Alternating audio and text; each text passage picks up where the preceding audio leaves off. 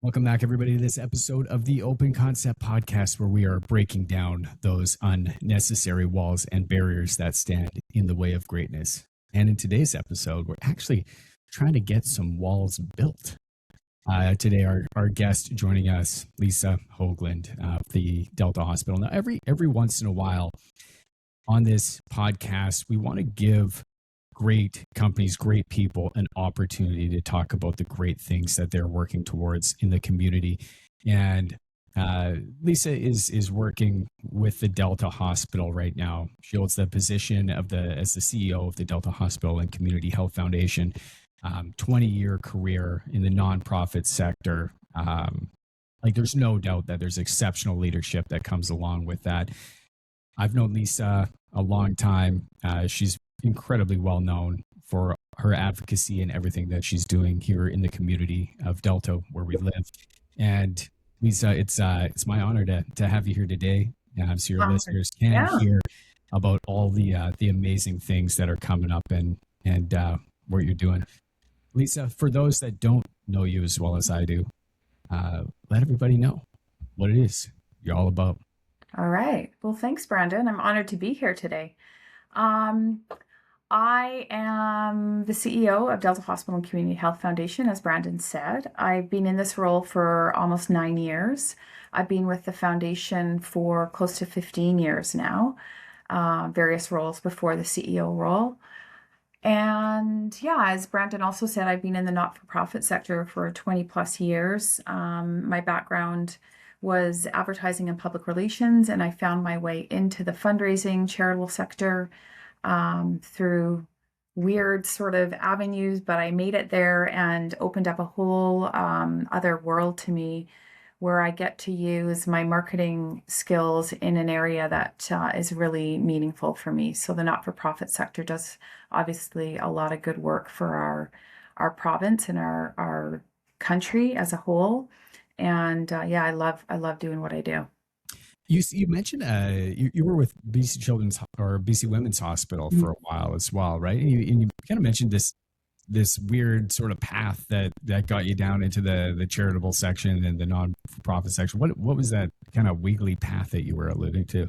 Yeah, I was on I was doing a contract with BC Women's, and the then Vice President, Penny Ballum, who I think a lot of people in our province know, she's done a lot of work for our healthcare sector.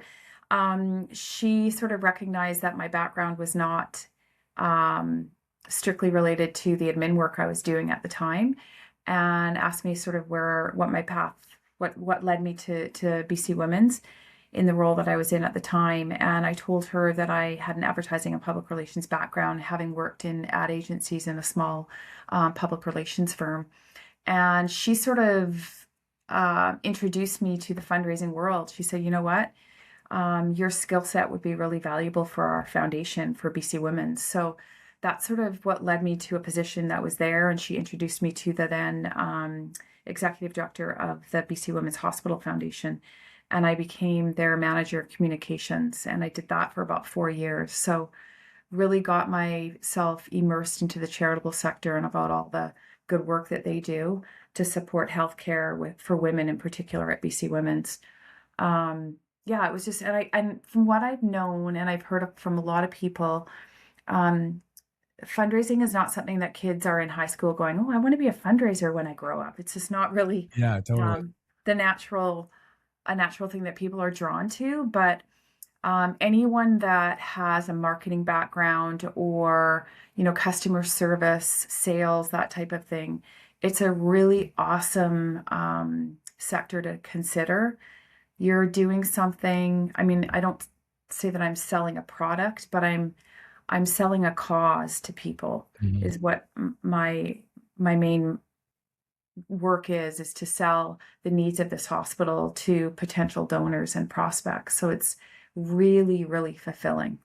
Well, and marketing and public relations, that is a massive engine of the fundraising Yeah. component, right? Like if you can have a tremendous cause and you can have a tremendous, thing that you're working on, but if nobody knows about it, Mhm. then that is not going to get any sort of love, right? Like if Absolutely. nobody knows about it, then nobody is going to know why you're doing it. Nobody is going to know the larger and larger effects that it's going to have, whether it's going to be on a single person, on a community, on the future for themselves, and a future for the people that they love.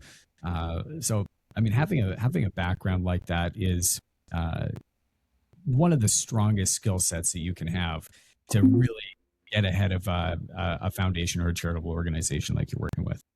Yeah, and it's tricky, Brandon, because a lot of people, you know, they don't want charities to spend money needlessly. And I do not want to spend money needlessly.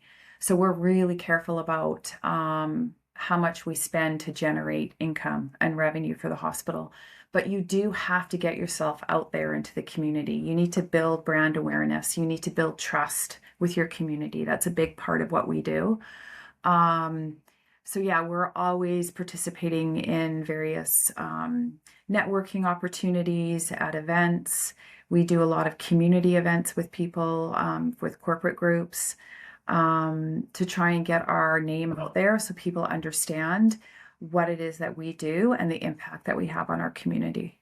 Well, I think anybody also understands that there's a hospital, right? Mhm. If it's going to be a blanket statement like Vancouver General Hospital or a Delta Hospital, they know of the hospital, but they don't necessarily know what the agenda is with the hospital. So I imagine that there's a number of people that are happy to donate money to the hospital in general and let the hospital decide what needs to be done with that. Other people are going to say, well, what exactly is the hospital going to do with the money? Mhm. Right? What is the goal here? What are we trying to build?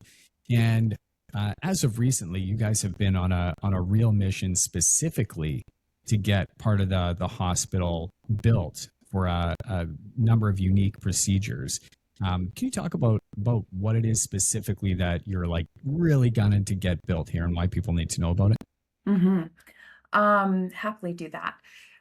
So the first big I figured project you we're working. would. I just wanted to plug you because I know but Yeah. you're here to talk about it. People need to hear about it. Yeah, I mean, there's always going to be needs, whether they're capital equipment, and various programming and infrastructure improvements. We get those annually. We get requests from Fraser Health to help them, and I always do like to preface that by saying that we bridge the gap with the very basic levels of government health care funding and having the very best services on site. So sometimes we get a little bit of pushback. People say, well, why should I be contributing to healthcare? Why do I need to make a donation? Shouldn't our government be doing that? As we well know, the government only has a certain amount of money. Mm. And even more so nowadays when their budgets are very, very restricted. So a couple key big projects that we're working on to support the needs of the site right now are we have just recently completed a $18.25 million capital campaign to raise proceeds for a new long-term care center. And we'll talk a little bit more about that, I'm sure, later on. Yeah. But there's lots going on with that project. So that's going to add 108 new beds to our site. So bringing the total beds in long-term care to 200. Right now, we have 92 beds in our existing facility, which is close to 50 years old. So they're building a brand new building that will increase the number of beds that we have for our community to 200.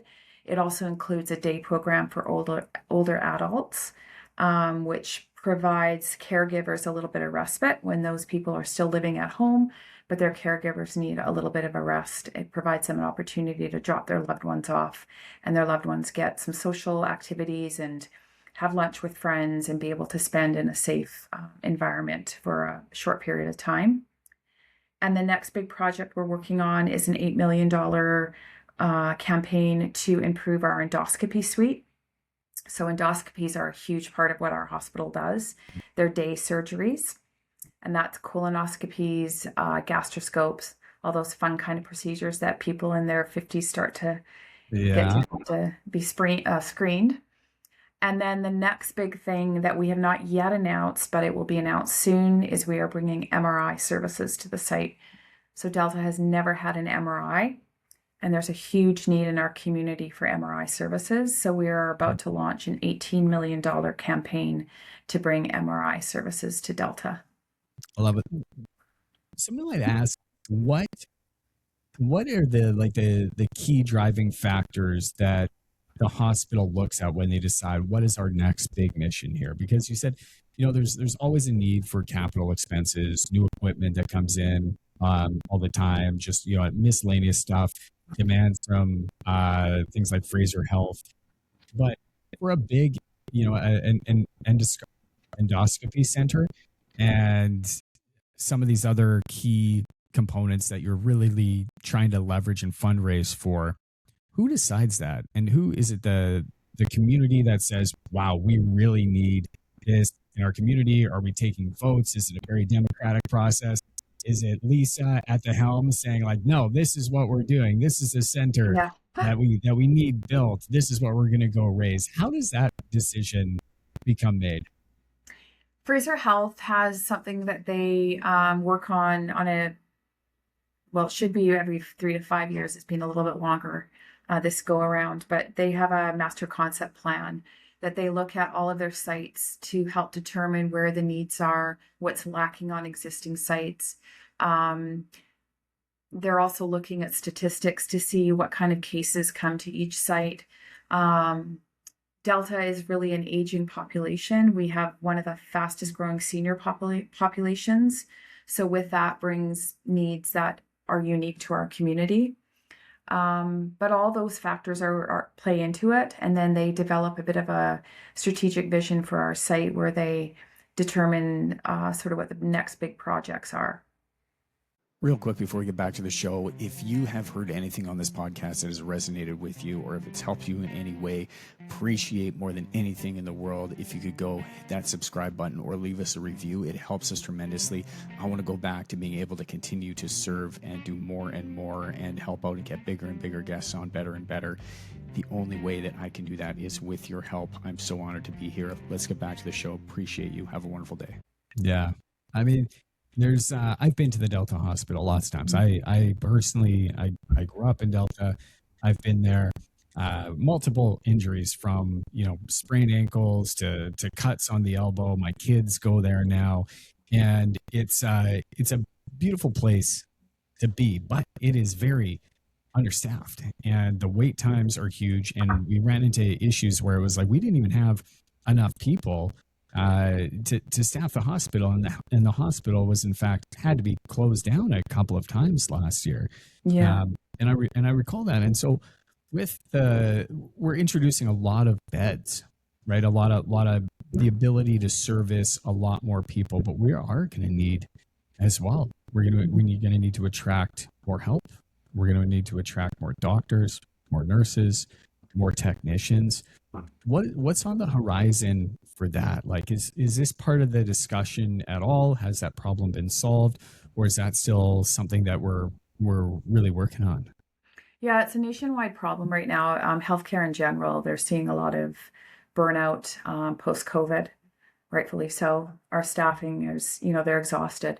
And the system is overburdened as a whole. Even in our hospital today, walking down to see someone I know in the ER, it is congested, like really congested.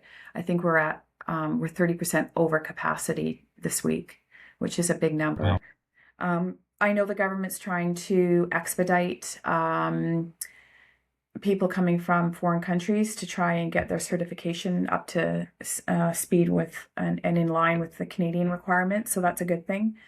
They are opening up more medical spots. SFU is opening up a medical school. Well, they're going to be training. I believe their first intake focuses on family physicians.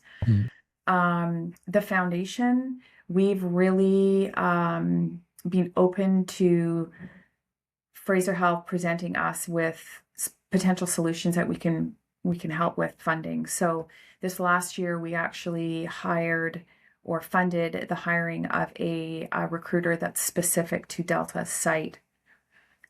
We also are implementing some opportunities for existing physicians in regards to taking advantage of some professional development opportunities that we're funding. We're just trying to make it more attractive to recruit physicians and nurses to the site. Yeah. So, I mean, there's a lot of opportunities. Like physicians are going to be pulled in any sort of direction. What typically attracts top talent, right? We talk a lot about in businesses in general. We have that conversation about what attracts top talent to your business, right? Mm-hmm. And how to retain talent.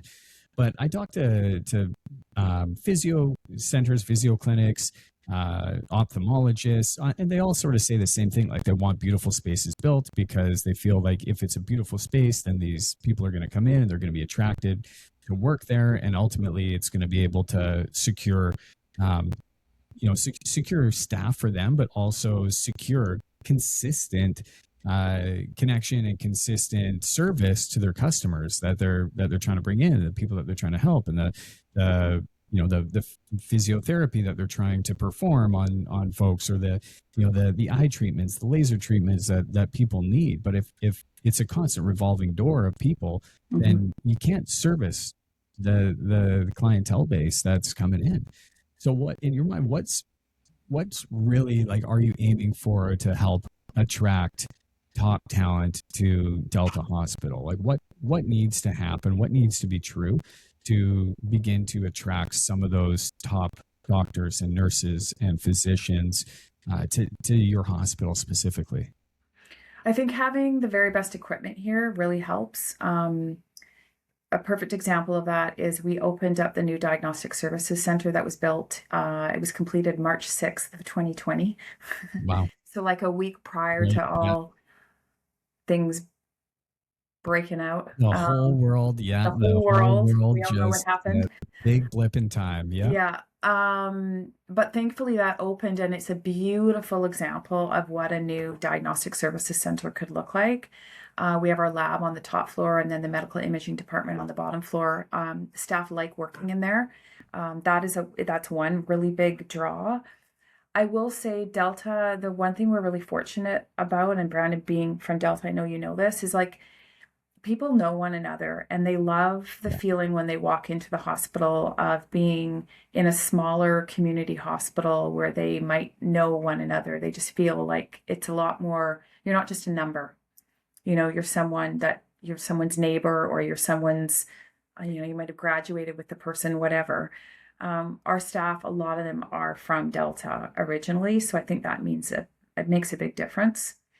But in terms of hiring, and I don't know if you find this in your business, but I feel like nowadays people, when they're considering a job move or a change of careers, they really want something that's going to give them a work-life balance. And that's tough in healthcare.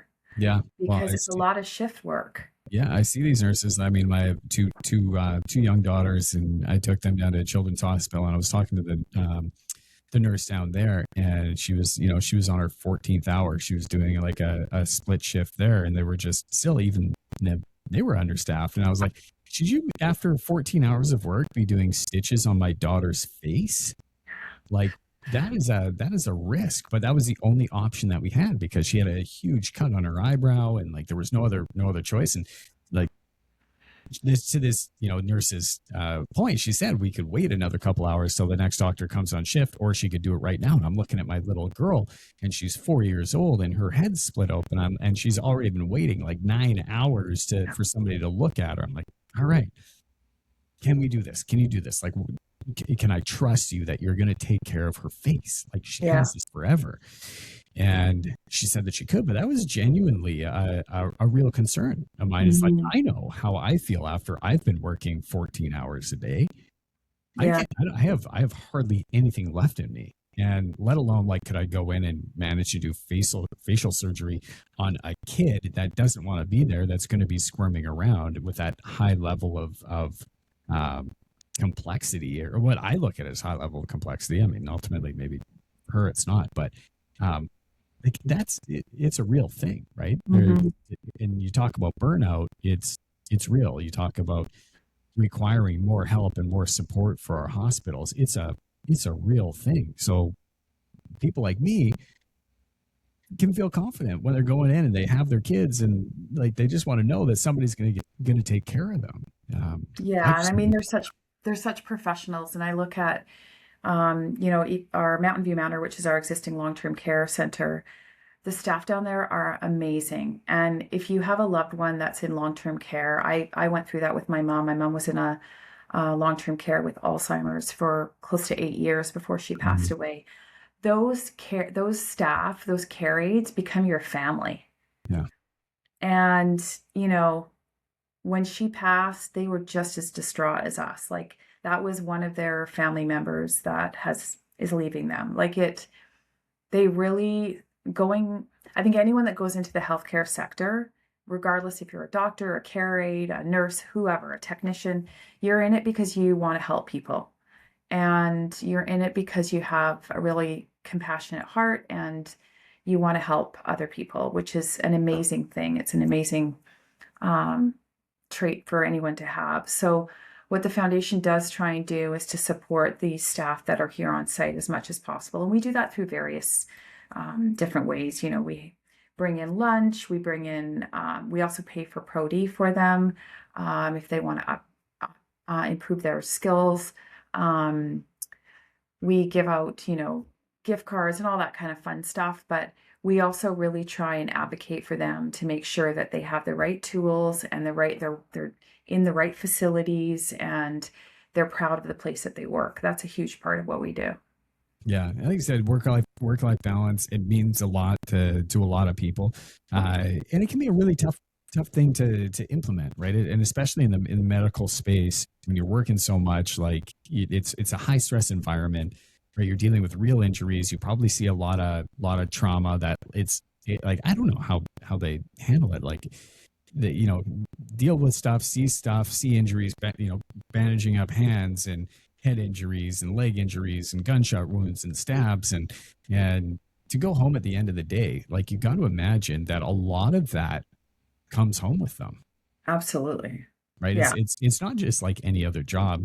It's right up there with cops, with firefighters, with search and rescue. Like that type of stuff really does, it doesn't end there. It's not like you check out at 5 o'clock, you cut it off, you go home, and you come back the next day and you get into it. Like that stuff really does come home with you. And if they don't have that time uh, to be able to decompress, like that will stack up over time. That will cause your resentment towards what it is that they're doing. They're going to bring it home, talk to their spouses about how much they hate their job. They don't want to be there, and it's going to push other people out of potentially the medical profession because it's going to get a bad reputation of not being able to provide that. But at the same time, you need these people, right? People Hmm. are hurt, and there's a shortage, and so there is a requirement, and a lot of times to work more hours than you normally would in a normal job. It Yeah. doesn't seem like a great solution. Like you said, this isn't a Delta thing. This is a national thing, right? Probably Yeah. international thing, right? It's over the states, Canada. We're seeing that, but is that is there a possibility of change for that? Is it going to be a big change? Is it going to be a minor change? Is that something that we need to accept? Is that something that in medical school these students need to be aware of, or are they aware of that when they get into it? I got so many questions for you. That was just I to let you know, know. like I'm very much aware that was six questions at It's once. okay. I mean, I think I don't have the answers to all those questions, but I will say from what I've heard from talking to people that are more involved in sort of the recruitment of the medical folks is that there has to be more opportunities, more seats at our universities. They have to make it a little bit easier for people to get certified in our country that are moving from the States or from wherever they're coming from. We are starting to see a few more people from the States expressing interest in moving to Canada to work in healthcare, which is a good thing. Um, Yeah, and I think we just need to do a really good job of making sure that when we do have people that they want to stay. So making the environment that they work in the very best environment possible and making sure they have access to the right tools and good resources and all that kind of stuff. You got to make sure that they like working where they work. Yeah. Trust has got to be a huge part of what you need to establish with your organization, right? You're looking at, I mean, I work with people in their homes all the time. Like we're blessed to have, the opportunity to work with people on the biggest asset that they'll likely ever own. You, on the other hand, you're working all across scales from small donations to very, very large donations. I've seen some really incredible numbers come in. I'm not going to mention those numbers in case you don't want me to, but like, It's all good. wow, it was like amazing. Some of these donations that are coming in, that's a lot of money.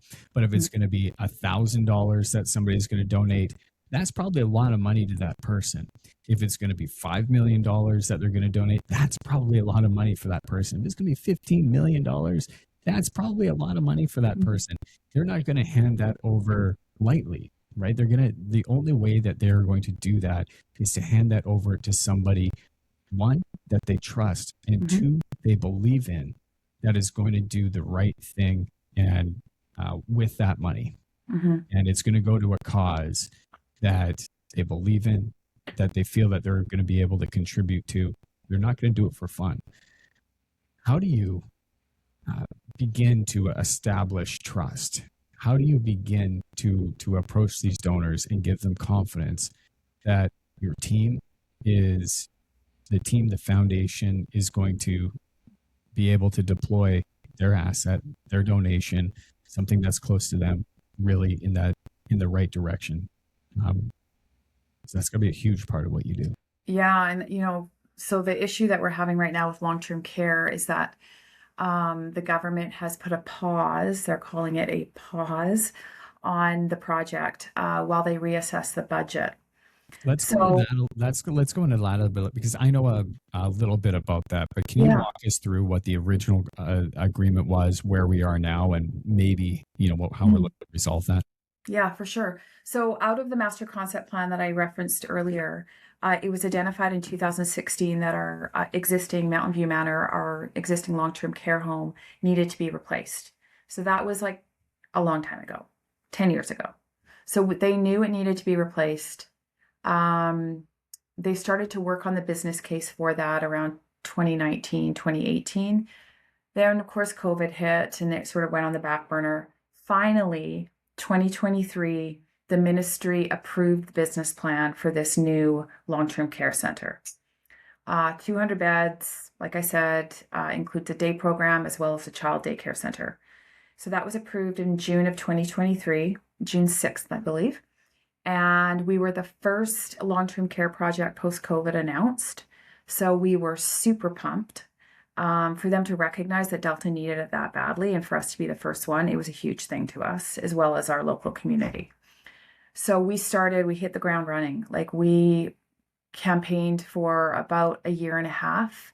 We committed to raise 18.25 of that budget. The budget was 180 million. Whoa. Yeah, big cost to build something like that. So it was 900,000 per bed that it was going to cost them to build. Fast forward to where we are today. Costs escalated, construction costs escalated. There's challenges in our economy, all that kind of stuff. Standards changed, accessibility coding changed, a whole bunch of stuff drove the price per bed up. It went up to 1.8 million per bed. Whoa, it doubled. Like, this cost had doubled. You were talking about the construction cost from 3 years ago. Doubled the projections of what it was understood to cost originally. That, which was already a huge budget, ended up doubling. Okay. Yeah. All right. And I mean, it's not as simple as it. We're dealing with complex care too, right? So it's not like we're building a condo building, or there's other things, other factors. Yeah. We're not talking necessarily about like flooring and kitchen cabinets here. We're talking about specific medical equipment, and there was probably, I don't know, but I imagine with tariff situation, and I don't know how much equipment comes and is imported in bits and pieces, but I imagine like those costs, right? It's not just a bed in a room we're talking Mhm. about. We're talking about real equipment, monitoring equipment, surgical equipment, bedding equipment, plus And like I ceiling imagine lifts like and bariatric everything. standards and all that kind of stuff comes into play. So Anyways, that escalated to yeah, 2x it escalated to in 3 years. 1.8, but through value engineering strategies, which I'm learning all about, but I'm no expert on that. I'll leave that to you guys. Um, Fraser Health was able to bring it down to 1.4 million per bed, and they were quite confident that they could bring it down even more through other different strategies that they were exploring. However, the government paused all long-term care projects in Fraser Health. As well, they paused a build in Burnaby for phase 2 of their new tower. They want Fraser Health to go back and revisit those budgets and bring costs down. They're talking about standardizing, so might be a modular type build, that type of thing, to make sure all the projects are similar. But our view is that our project is way too far along to be lumped in with all these other projects that haven't even broken ground.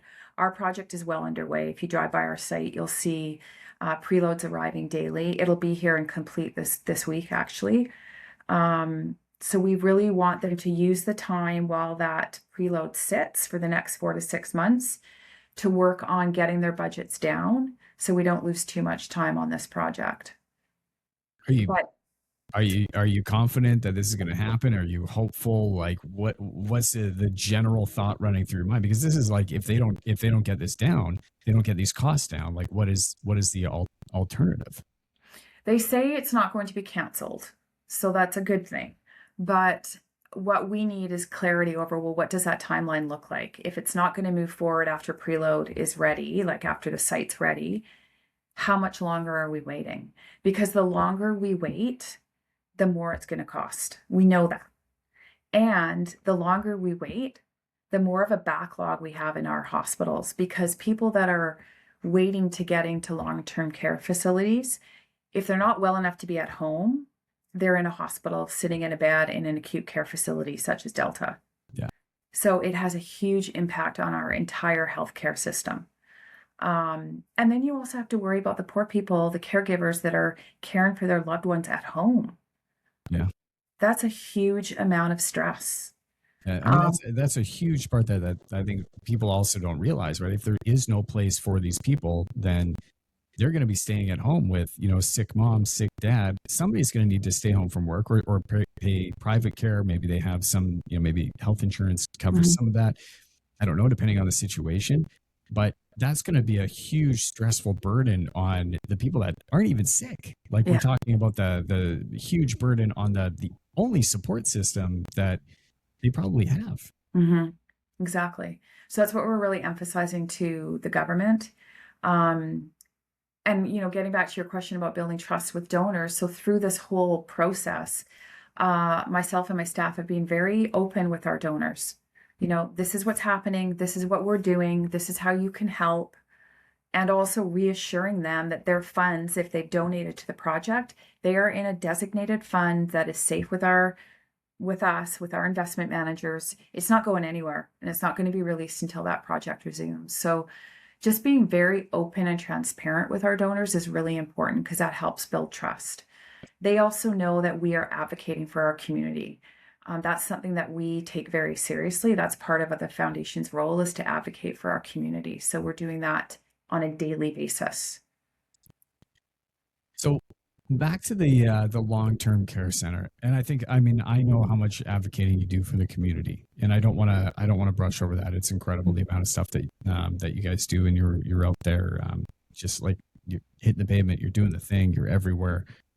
Love seeing that, because people need to see, they need to see the face of the organization, the face of the community out there, telling the story, putting your heart out there, fighting. Like somebody is out there fighting and leading the charge on this, on this huge venture that's really required. And it's not just this idea of, you're not out there just fighting to get something built, right? It's not just, you're not just fighting to get some money to get something built. It's all of these reasons behind it. Everything that we've talked about already. It's to attract new staff, right? Like, we need to do this. We need to attract new people into the community. It's de-stressing the people that are at home that arguably can't go to work, or they can't take a job promotion that they need because it doesn't have the flexibility to look after mom or dad. It's taxing their bank account, their savings account, to bring somebody in to help them. Like, this is not just a small thing that's being stopped, and it's not just construction that's stopping with no cause and effect. Like, if this thing doesn't get built, there's real consequences that are, variables of that, there's like a tangent of outside of just the construction not happening. Yeah. Well, and there's huge impact on the site. There's huge impact on so many factors. But I think the other thing that I really want to stress is that we are a growing community. Like, as we know, there's a mandate for a certain number of houses to be added to Delta. That's going to bring in more people, more families, more needs into our community, which is wonderful. Delta's a wonderful place to live, but we need to make sure that there's the supports in place, the infrastructure is in place to help those families that are moving to our community. Yeah. Like, our hospital was built in 1980 to serve 50,000. Well, we're close to 130,000 now, and I think the projections are 150,000 in the next few years. So we need to prepare for that. I don't think I ever told you my grandmother was a nurse at Delta Hospital. This would be like 40 or 50 years ago now, when it was close to when it was first built. She was a nurse in the critical care unit there. Yeah. And so that's awesome. I always remember her telling me that. Well, and Mountain View Manor was built, that was the first building on site. It was built in 1977. So that's the other thing, is like, that building can only last for a little bit longer. We know that. There's asbestos issues, there's sewage issues, all that kind of stuff. So that's another factor that they really have to take into account. Amazing. I want to get this straight though, so people understand, because we sort of brushed over it a little bit. There was a cost, an agreement that was held between yourself and was the BC Ministry? Yeah, the Ministry of Health. Yeah, Ministry of Health. So there was an agreement, and the total project cost was how much originally? 180 million is what was approved. 180 million was what was approved. And the agreement was, if the hospital was to raise $18.5 million on their own, then they were going to continue to match funds. Is that the? Well, how did that work exactly? Yeah, so it's Fraser Health. It's owned and operated by Fraser Health. Yeah. They come to us as a prospective funding partner and say, can you provide funding to this project? And we determined that 18.25 was our comfort zone. Something there. Yeah. How long does it take to, like, in your mind, and to raise that kind of money? Normally, for a long-term care project, it would take a lot longer. But our community is amazing. Like, they rallied around when the moment we announced this. We had people expressing interest in how, wanting to know how they could help out. Granted, we had been talking about it for a few years before that, getting people, educating them about the needs and the benefits of having a new center. So lots of conversations took place before we officially launched. Yeah. But, we did it in record time, which was pretty awesome. And this episode is sponsored by New Vision Projects, and everybody has heard the horror stories that happen. They have a friend of a friend or a neighbor that's been renovating for years on end, or they've been building a home and it just hasn't gone the way that it needed to go. Budgets are blown through the roof, timelines, forget about them. New Vision Projects has an incredibly strong track record for over 15 years of working with customers, serving them at the highest level. If you are considering building or renovating, check them out on Instagram at New Vision Projects or at newvisionprojects.com. Building the homes you want with the confidence you need. New Vision has you covered. Let them show you why they're different. Back to the show. it was unbelievable to see it. And I asked that because when you're racing, specifically because you look at these price increases, right? That jump from 900 to 1.8 down to 1.45. Like there's volatility in over the course of years. And if this was going to take normally 6 years to fundraise for something like that instead of 3 years, those cost projections are probably going to, like, there's a chance that they could double again, and all of a sudden it is it's a very the chase to actually get anything done could go in circles for a lot of years while you start to raise money. And I just wanted to say, like, the speed in which the hospital has been able to reach so many hearts with the stories that you've been able to tell, the stories that the community has been able to come forward. I've been there. I've seen the people at Delta Hospital has helped. I've seen the stories. I've seen the campaigns. I've talked to the people. And the speed in which you're able to do that says a lot, not only about you as a person, as your team that is there right beside you, fundraising, pushing this initiative, but how important this clearly is for the community. Otherwise, it sure as heck could have taken a lot longer, but the community jumped on it because they know that it's something that's powerful. And then if anything, I can leave with the community and understanding this personally is just really seeing how important this is and just how incredible of a job that you're doing it. Yeah, thanks, Brandon. I mean, I always say there's power in storytelling. And I always remind my team that, we need to share stories with our community about the impact of their gifts. So, donor support has made an incredible difference to our site. Perfect example of that is our projects that we're working on right now, endoscopy and MRI. We're funding 100% of those projects. Those projects would not have become a reality if we didn't think we had the ability to fundraise for them. And that's because we know our community. We know that they want the services here. We know it's needed. So then we hit the ground running and we're saying to our community, this is what we're doing. Who wants to help? And I think showing people the changes that Donor Impact has made on our site is a really good way of bringing people on side to our future projects. I love it. Lisa, is there any message that you'd like to leave with people, leave to the community that may be listening? Is there anything that you'd like to share that's on your heart before we head out for the day? I want people to know how much we appreciate their support. And I also, think that there's power in philanthropy. Philanthropy makes a huge difference, regardless of what charity you want to support. The charitable sector does such important work in our communities, whether it's social services or healthcare or education or disaster relief. If there's a cause that resonates with you, try to give back what you can. It doesn't matter what the amount is.